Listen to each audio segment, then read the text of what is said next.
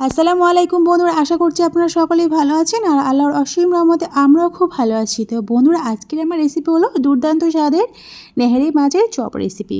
এইভাবে যদি নেহারি মাছের চপ রেসিপিটা বানানো যায় না, যারা ছোট থেকে বড় যারা খেতে পছন্দ করে না তারা কিন্তু এক নিমেষে খেয়ে ফেলবে আর বুঝতেই পারবে না যে এটা নেহারি মাছের চপ রেসিপি।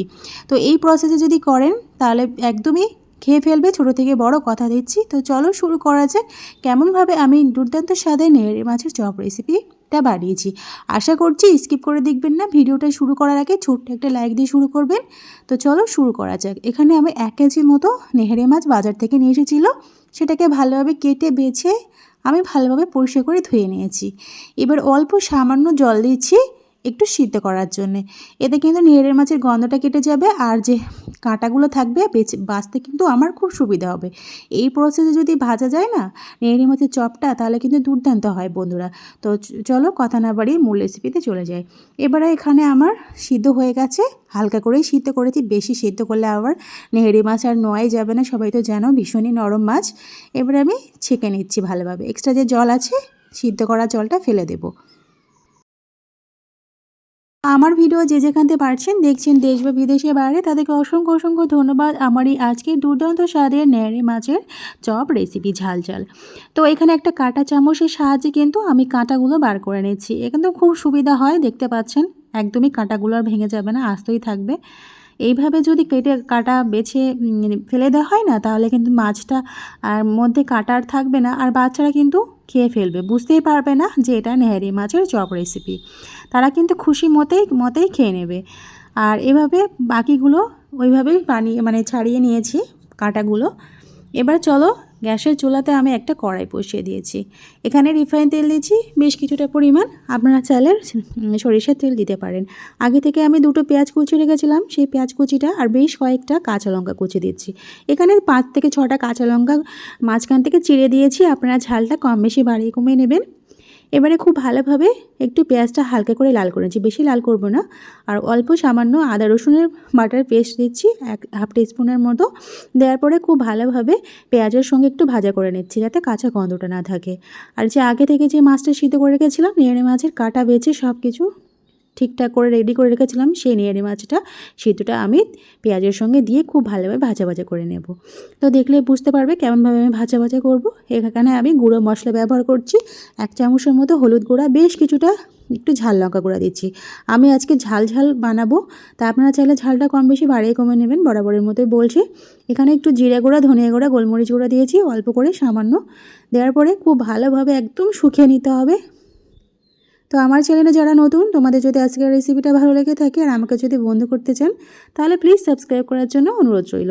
এবার স্বাদ মতো লবণ দিয়ে দিলাম, আর বেশ কিছুটা ধনিয়া পাতা কুচি করে রেখেছিলাম, সেই ধনিয়া পাতা কুচিগুলো দিয়ে দিয়েছি।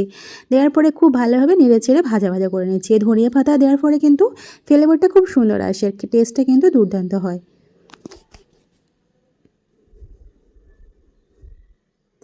তো এখানে আমি আরও ভাজা ভাজা করছি, একদম কিন্তু কালারটা অন্যরকম চলে আসবে, দেখলেই বুঝতে পারবে।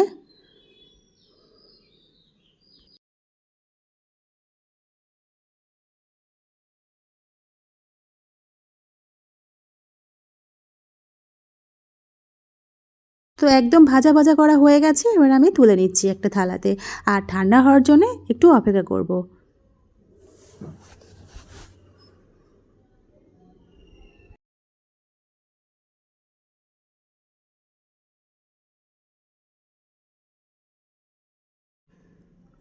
এদিকে ঠান্ডা ততক্ষণে হোক, আমার এদিকে একটা ব্যাটারটা বানিয়ে নিচ্ছি। এখানে একটা ছোট বাটি নিয়েছি, তাতে বেশ কিছুটা পরিমাণ আমি এখানে বেসন নিচ্ছি।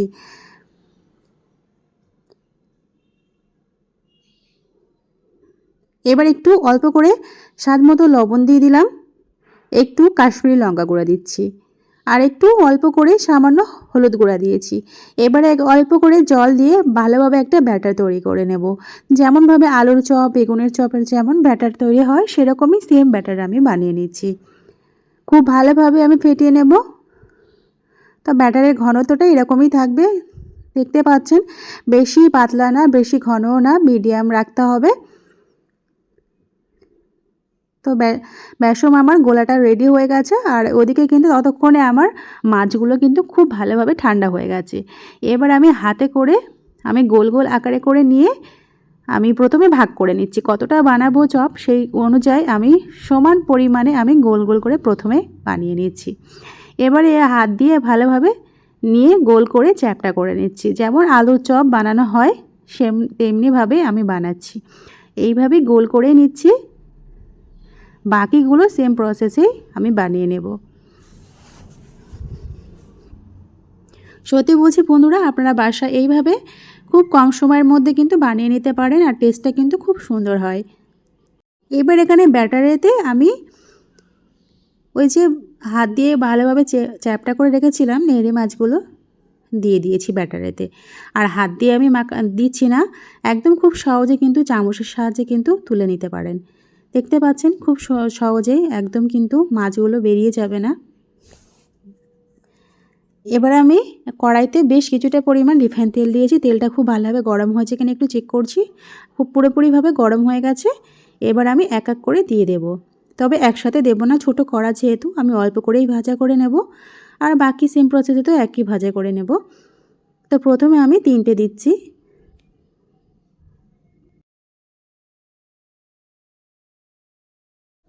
এক পিঠ ভালোভাবে, নিচের পিঠটা ভালোভাবে হয়ে গেছে। এবার আমি একটু তেলটা নিয়ে উপর থেকে একটু ছড়িয়ে দিচ্ছি, যাতে করে মানে বেসনগুলো না ছেড়ে যায়। এবার আমি উল্টে দিচ্ছি, খুব সহজে কিন্তু ভাজা যাচ্ছে, দেখতে পাচ্ছেন একদম নেড়ে মাছগুলো বেরিয়ে যাচ্ছে না। খুব কম সময়ের মধ্যে কিন্তু এত সুন্দর একটা দুর্দান্ত স্বাদের একটা চপ রেসিপি হয়, যা ভাবাই যায় না। তো বন্ধুরা, এপিঠ ওপিঠ দুপিঠে ভালোভাবে লাল লাল করে নিচ্ছি। তো আজকেকার আমার এই দুর্দান্ত স্বাদের নেড়ে মাছের চপ রেসিপিটা কেমন লাগলো কমেন্টে জানাতে ভুলবেন না।